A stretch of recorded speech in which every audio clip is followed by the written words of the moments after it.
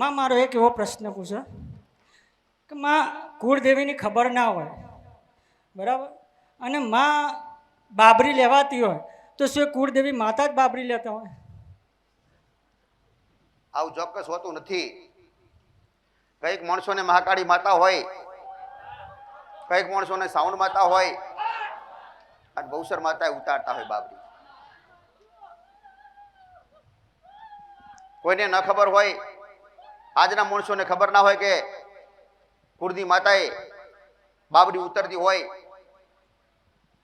કઈક માણસો એવા કે જેને દીકરો આલ્યો હોય ને એને બાબરી આલે દીકરા. કુળનો દીવો હોય, બાબરી એને ખપે, એનો અધિકાર એનો, એના સિવાય કોઈને બાબરી અપાય નહીં. પણ તમને ચોક્કસ ખબર હોય તો બરાબર, નહીતર કદાચ તમને કોઈને ચોક્કસ ખબર ના હોય કે કુળનો દીવો કયો, તો ભલે તમને ખબર નથી, કુળના દીવાને તો ખબર કે અમારી વસ્તી દીકરા. કુળના દીવાને ખબર હોય કે મારી વસ્તી મને ઓળખતી નથી, બાબરી કોને આલવી એને પ્રશ્ન થયો. પણ નામ વિના બોલો ને કે હે અમારા કુળના દીવા, કયો કુળનો દીવો નામથી ખબર નથી, પણ જે કુળનો દીવો હોય અમારો એ જ બાબરી લેશે, એના સિવાય કોઈ લે નહીં. બરાબર. એક પ્રશ્ન કે માએ મારી મહાકાળી માતા કુળદેવી જણાવી છે, પણ મને આજ સુધી મને ચામુંડા જ કીધેલી છે. દરેક ભુવાજી હોય કે ચામુંડા છે, પણ મારી જે મહાકાળી બતાવી એ 100% સત્ય છે. અને અમારો વડવાઓ તો કોઈ જાણતા જ નહીં કુળદેવી વિશે તો, પણ મારીએ જે મહાકાળી બતાવે ને એ મહાકાળી માતાએ તો મારા ઘરના મને તો હું દીકરો જ છું મારો માનો, એટલે હું જેટલા મારા વડવા ગુનેગાર એટલે હું ગુનેગાર જ છું આ નક્કી છે. એટલે મને તો કદાચ દર્શન ના આપી શકે, પણ મારા ઘરના ને મારી વસ્તીને માની વસ્તી મારા બાળકોને બધાને મહાકાળી માતાએ દર્શન આપી દીધા છે માં, અને એ 100% સાબિત થઈ ગયું છે માં. અને તમારા કીધા પહેલામાં દર્શન આપેલા છે. પણ માં મારા એક ઘડિયાએ છે ને, મારા બાપુજીના એક મોટા ભાઈએ આવી રીતે કારખાને લાવીને બેહાડ, એટલે હું એવું સમજતો હતો માં કે કદાચ મારી માતાના નહીં ગમતું હોત, પણ માં તો 100% મારી કુળની દેવી છે એ મેં આજ સ્વીકાર્યું છે. અને માં પણ મારી કુળની દેવીને મારા રાજાને વસ્તીની જોડે લઈને જવી છે માં. કોઈના બે કુળના દીવા હોય ને, યા તો તમારી અટક બદલાઈ ને, યા તો કોઈની ઓગડી આવેલા છે તમારો વંશ દીકરા. ઓગડી આવેલો હોય ને એટલે બે કુળના દીવા થાય. એક તો જે જગ્યાએ જન્મ થયો ને એ પહેલા નંબરનો કુળનો દીવો.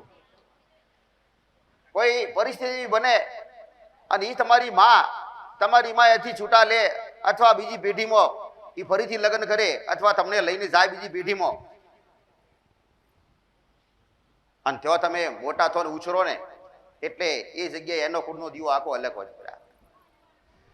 પહેલો તમારો જે જન્મ હોય, જે જન્મદાતા હોય, અને તમારો વંશ હોય ને એ વંશવાળી માતા હોય ને કુળનો દીવો તો એ સામુંડ માતા હોય. અને જ્યારે તમારી માં ઓગડીએ તમને કોઈ બીજા ઘરે લઈ જાય ને, અને ત્યાં તમે એ પેઢીના માલિક બનો ને, ત્યારે મહાકાળી માતા લાગે. બે કુળના દીવા. પણ અસલ કુળનો દીવો થાય ને, પૂજવા તો બેયને જોઈએ, બેયને પૂજવી પડે. નહીતર એકને પૂજો ને એટલે એકબીજા ઈર્ષા કરે, દુઃખ નાખે. દેવ ઈર્ષા કરે એટલે દેવ કોઈ હમાહમી તલવાર લઈ નડે નહીં, પણ વસ્તીને દુઃખી કરે.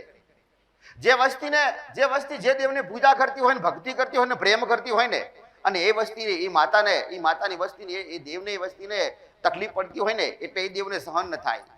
દેવ વિચાર કરે કે મારા કારણે હોમી માતા હોય ને એ મારી વસ્તીને દુઃખી કરે, એટલે એ દેવને ગમે નહીં. દેવને એકબીજાના દેવને સમજ શીખવાડવા માટે દેવ લડે નહીં, પણ આવી રીતે વસ્તીને હેરાન કરે.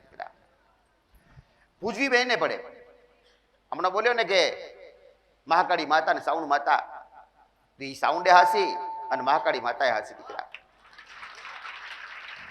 સાઉન્ડા પૂછતા હતા એ તો બરાબર હતી, પણ મહાકાળી માતા મેં જાહેર કરી એના પહેલા દર્શન આલ્યા ને, એનું કારણ શું કે મહાકાળી માતાને ખબર હતી કે મારે પૂજાવાનું થાય ને, હું પૂજવું ને એના માટે, મને પૂજે એના માટે એને અગાઉથી મારી વાત સાચી પડે ને મારી વાત સાબિત થાય ને એ સાબિતી આલી પહેલા તમને જ કહું.